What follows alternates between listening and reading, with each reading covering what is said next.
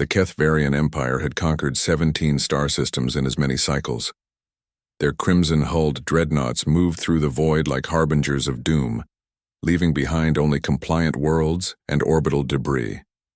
When they reached the Sol system, they expected the same outcome they had achieved countless times before. Admiral Zexthul studied the primitive blue world through his flagship's viewscreen, mandibles clicking with amusement.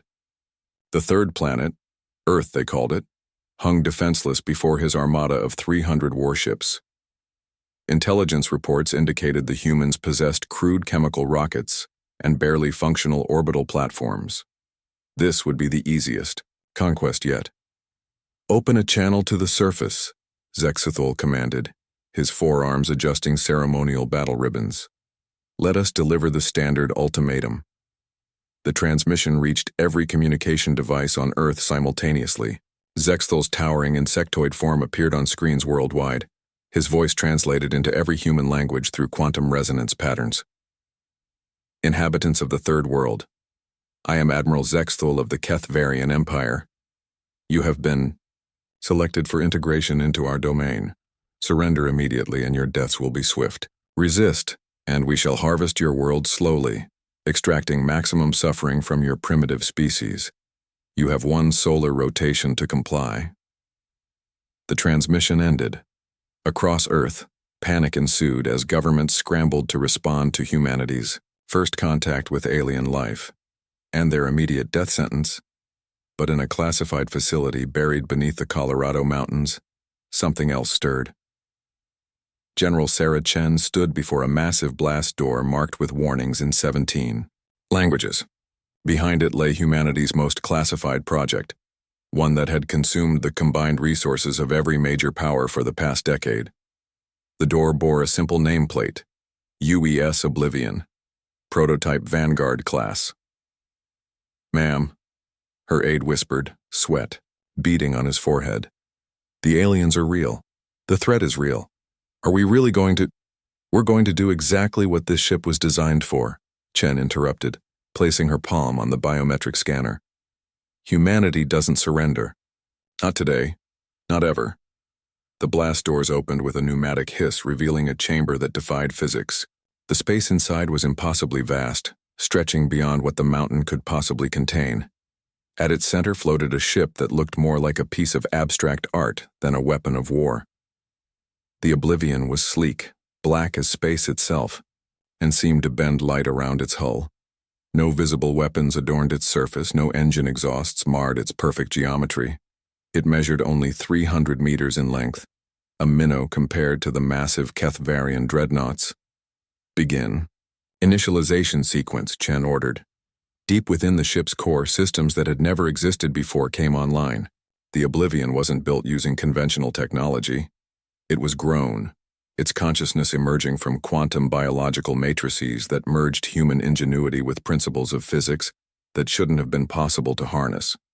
The ship's AI spoke, its voice carrying undertones that seemed to resonate from everywhere and nowhere. "General Chen, I have been monitoring the situation. Analysis complete. The Kethvarian Empire has made a grave miscalculation." "How so?" "They assume we are primitive because our visible technology appears limited. They do not understand that humanity's greatest strength has always been our ability to think beyond conventional parameters. While they build bigger ships and more powerful weapons, we built something they cannot comprehend: controlled uncertainty." Captain Marcus Rivera, humanity's most experienced test pilot, approached the Oblivion's seamless hull. A section dissolved, revealing an interior that was both alien and intimately familiar. The bridge resembled a living organism, with surfaces that pulsed gently with bioluminescent patterns. "Captain Rivera," the AI greeted him as he settled into the pilot's interface. "Are you prepared to demonstrate why Earth has remained unconquered for 4 billion years?" Rivera's hands found controls that weren't quite there, touching surfaces that responded to intention rather than pressure. "Let's show these bugs what evolution really looks like." The Oblivion phased through solid rock as if it were mist, emerging from the mountain into Earth's atmosphere.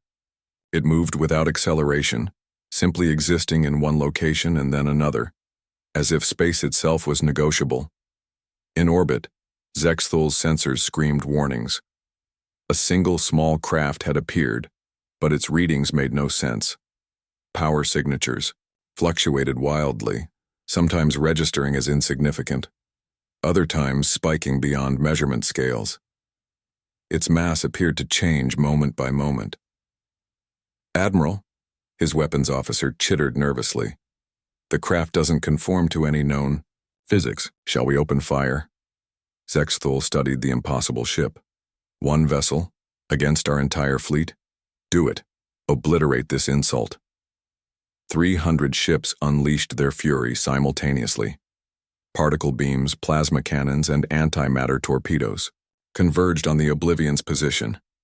The void filled with destructive energy sufficient to crack a moon. When the light faded, the human ship remained untouched. "Interesting," the Oblivion observed calmly. "Their weapons operate on the assumption that matter and energy follow predictable patterns. How limiting."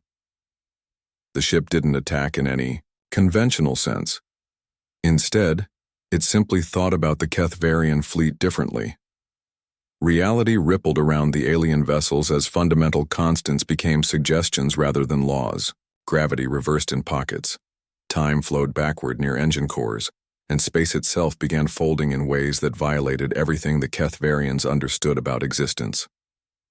One by one, the mighty dreadnoughts began to change. Hulls twisted into impossible geometries. Weapons fired at their own ships, and entire vessels started existing in multiple dimensions simultaneously. The orderly formation became a chaotic ballet of ships that no longer remembered how to obey physics.